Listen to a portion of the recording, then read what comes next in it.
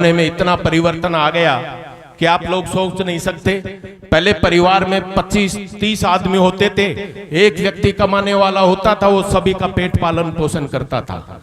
लेकिन अगर आज परिवार में 4 सदस्य हैं, अगर 2 भी कमा रहे हैं तो भी उनका पेट पालन पोषण नहीं हो सकता, इतनी महंगाई हो चुकी है। आज हम सबको समझने की आवश्यकता है, सोचने की आवश्यकता है कि कैसा युग है और इसमें किस रूप में हम लोग आगे बढ़े।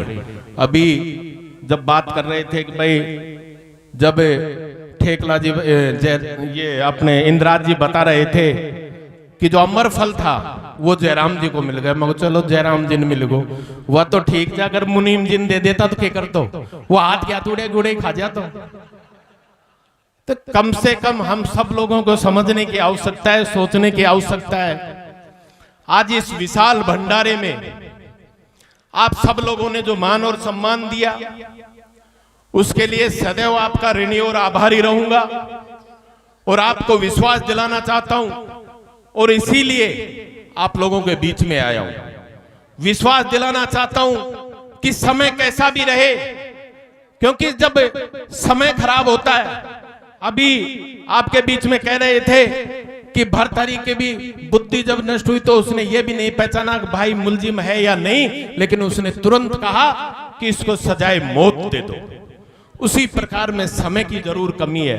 कई बार कहते हैं हमारे बुजुर्ग भी कि जब समय खराब होता है तो ऊंट पर बैठे हुए व्यक्ति को कुत्ता काट खाता है, न उस कुत्ते की औकात नहीं कि ऊंट पर बैठे हुए व्यक्ति की तरफ देख भी ले। समय हमारा भी खराब था और आज भी आप लोगों के बीच में कहना चाहता हूं, सीना तान कर कहता हूं कि रामस्वरूप कसाना गरीब मजदूर किसान का बेटा है और जब भी गरीब किसान मजदूर पर कोई भी व्यक्ति अगर इन पर अत्याचार करने की कोशिश करेगा तो इस कोटपुतली की पावन धरा पर यह रामस्वरूप कसाना रहेगा जो उनका सामना करने के लिए तैयार रहेगा और आपकी हर भावनाओं के रूप में काम करेगा।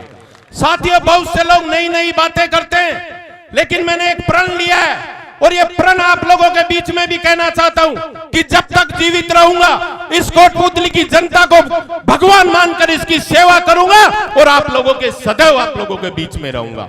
आप सबने जो प्यार और सम्मान दिया, यहां बुलाकर जो साफा पहनाया, ये साफा उस समय पहनाया जाता था जब हमारे देश में मुगल आए, जब हमारी बहन बेटियां सुरक्षित नहीं होती थी, तब ये साफा पहनाया जाता था उन 5 व्यक्तियों को कि ये गांव की जिम्मेदारी तुम्हारे ऊपर है। और वो ये शपथ लेते थे कि जब तक हमारे शरीर में रक्त की अंतिम बूंद भी रहेगी तब तक हम गांव की सेवा करेंगे और तब तक किसी भी बहरूपियों को गांव के अंदर नहीं घुसने देंगे। आज मैं भी आप लोगों के बीच में शपथ लेता हूं और आपको विश्वास दिलाता हूं कि जो साफा आपने पहनाया है उस साफे की लाज रखूंगा और जब भी रक्त की अंतिम बूंद तक आपके लिए लड़ाई लड़ूंगा और सदैव वो कार्य करूंगा जिससे आपका मान बढ़े, सम्मान बढ़े। और इन्हीं भावनाओं के साथ आप सबको मेरी ओर से बहुत बहुत धन्यवाद। जय जवान जय किसान, राम राम साहब।